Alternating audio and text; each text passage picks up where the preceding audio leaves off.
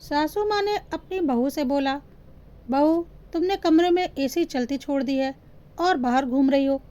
क्या बिल नहीं आएगा? तुम लोगों को बिल भरना पड़ता, तब पता चलता, तब सब कुछ वक्त पर बंद हो जाता। अभी तो ससुर जी बिल भरते हैं ना, तो क्यों बिजली के बिल की चिंता करोगी? बहू चुपचाप कमरे में एसी बंद करने के लिए चली गई। पति को लगा कि कहीं नई नवेली पत्नी को माँ की बातों का बुरा न लग जाए, इसलिए वह उसके पीछे पीछे गया और उससे बोला, माँ की बातों का बुरा मत मानना। इस पर बहू ने बोला, अरे, इसमें बुरा मानने वाली कौन सी बात है? मेरे मायके में भी जब भी हम इस तरह से पंखा या एसी चलाकर घूमते थे, तो मेरी मम्मी भी यही बोलती थी कि तुम लोगों को बिल भरना पड़ता, तब पता चलता। अभी तो पापा बिल भरते हैं, इसलिए तुम लोग मज़े करते हो और किसी चीज़ का ध्यान नहीं रखते। यही बात यहाँ मम्मी ने बोली है। गलती तो हमारी है कि हम लापरवाही करते हैं। पति खुश हुआ कि चलो, मेरी पत्नी काफ़ी समझदार है।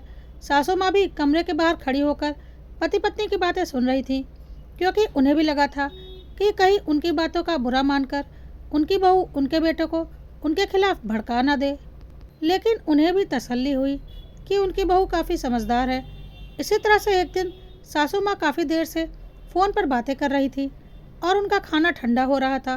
खाना खाने के बाद उन्हें दवाइयाँ भी लेनी थी, तो बहू ने चुपचाप उनके हाथों से फ़ोन ले लिया और बोला, मम्मी, पहले आप खाना खाकर दवाइयाँ ले लीजिए, फिर फ़ोन पर बातें करते रहिएगा।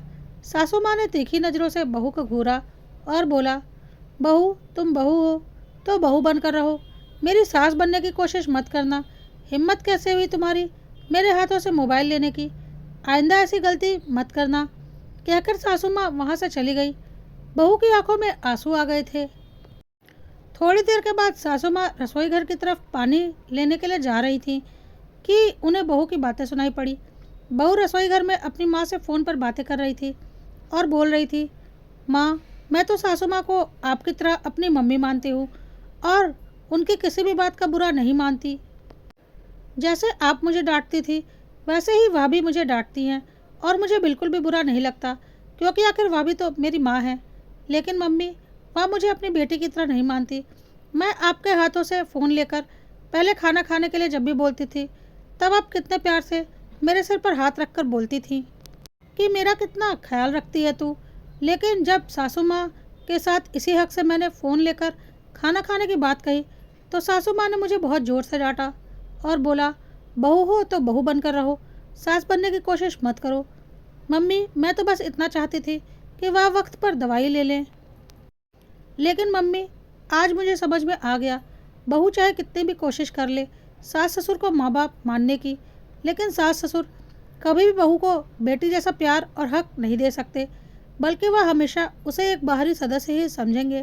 खैर, मैं तो अपनी तरफ से आगे भी कोशिश करती रहूँगी। अब सासू माँ की मर्जी है कि वह मेरे साथ कैसा व्यवहार करती हैं। कम से कम मुझे यह तसल्ली तो रहेगी कि मैंने अपनी तरफ से हर मुमकिन कोशिश की है इस घर को अपनाने की। लेकिन अगर एक सीमा के बाद भी मुझे नहीं अपनाया जाएगा, तो फिर मैं भी स्वतंत्र रहूँगी अपने फैसले लेने के लिए, क्योंकि आखिर मेरा भी एक आत्मसम्मान है। सासू माँ ने रसोई के बाहर खड़ी होकर यह सारी बातें सुनी और उन्हें अपनी गलती का एहसास भी हुआ।